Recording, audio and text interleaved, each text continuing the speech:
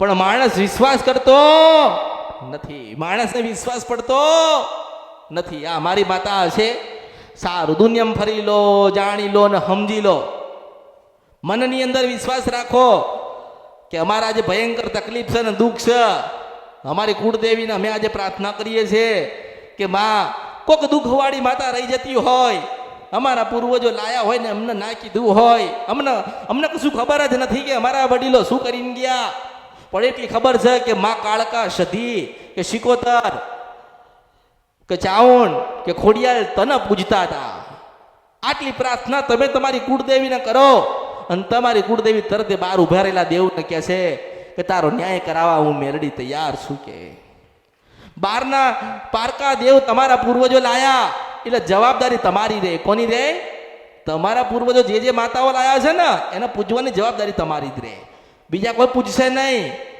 4 ભાઈ હોય ઘરની અંદર વર્ષો પહેલા અને એક ભાઈ કદાચ સધી માતા લાયો હોય તો એક જ ઘરમાં સધી માતા બોલશે, 3 ઘરમાં નહીં બોલે. પછી તમારા પૂર્વજનું નામ આપો કે ફલાણા ડોહામણ સધીને લાયો તો તમારે હરખથી અપનાવી લેવી પડે. હું મેળડી છું. જો હામું પડશો, વિરોધ કરશો, પારખા લેવા જશો તો વધારે દુઃખી થશો. માને એટલી પ્રાર્થના કરવાની કે માં તું કોણ છે, કેવી છે, કોઈને ખબર નથી, પણ માં અમે તારા, તું અમારી છો. એવા શબ્દો બોલો, એવા શબ્દો કે શબ્દ તમારા એવા નીકળવા જોઈએ કે માં રોતી રોતી રાજી થાય ને. માને એવું કહીએ આપણે કે હે મેલડી આ જૂનું બધું ભૂલી જા અને નવો તારા દીકરાઓને પાસે નવો એકડો ઘૂંટાય, અમે તારા, તું અમારી છો. મારા પૂર્વજો, મારા વડીલોના પૂર્વજ જે કરીને ગયા હોય, પણ જો તને કદાચ 2 અગરબત્તીનો ધૂપ આલ્યો હોય, સુખડી કે શ્રીફળ આલ્યું હોય કે શ્રીફળ તને આપ્યું હોય, તું રાજી થયું હોય ને મારા પૂર્વજ તને લાયા હોય તો કંઈક દર્શન આપજે. અને પશુ પ્રભાત રાજા કરણની વેળા થાય ના આવન તો મારું નામ મેલડી નહીં.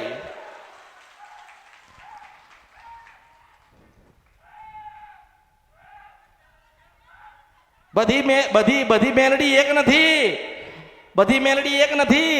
જેની ભક્તિ જબરી એની મેલડી જબરી.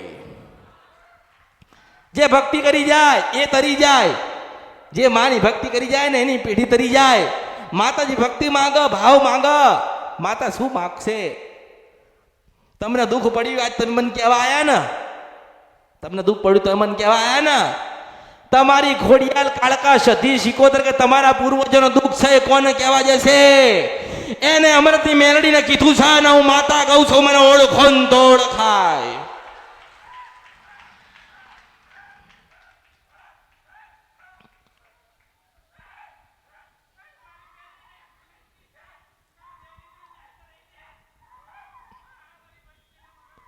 વિશ્વાસ અને શ્રદ્ધા સાચી હોય ને, આપણી અંદર હૃદયમાં વિશ્વાસ હોય. જગડુસા શેઠને વાણિયાને વિશ્વાસ હતો, અહીંયા હૃદયમાં વિશ્વાસ હતો કે કોઈક આવશે જગત જનની જોગ માયા તારવા માટે અને મને જરૂર મારી વસ્તીને, મારા પેઢીને, મારા નાવડાને તારશે. તો તાર્યું ને?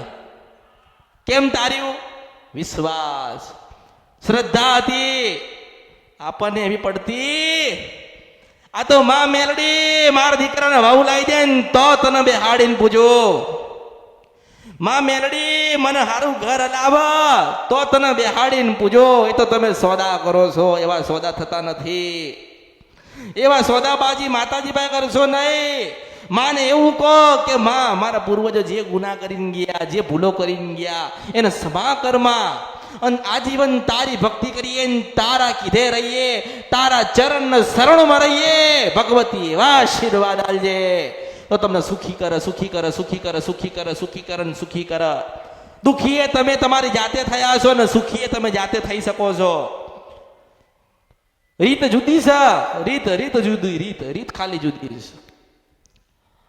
માતાજી નહીં કે, માતાજી કેવા નહીં આવે કે મને દીવોલ કેવા આવે. માતાજી ના કે મને બેહાડજો, માતાજી ના કે મને સુખડીને શ્રીફળ આલજો. આપણે માતાજીને કહીએ, આપણા ઘરે કોઈક મહેમાન આવો છો તો કેવું કહીએ છે? ના ઉભારો, ચા પાણી કરતા જાઓ, ખાવાનો સમય હોય તો કે ખાતા જાઓ. આવું તમે તમારા મહેમાનને કોણ તો પેલી મેલડીને દુઃખ લાગે. અરે હું 100 વર્ષથી ઊભી છું, આ વસ્તી મને લાપસી ને સુખડી ખવડાવે કોઈક દાડો બોલાવતા નથી. તમારા અવતારમાં ખોટ પડ્યો. એને દુઃખ લાગે, એને વેદના થાય.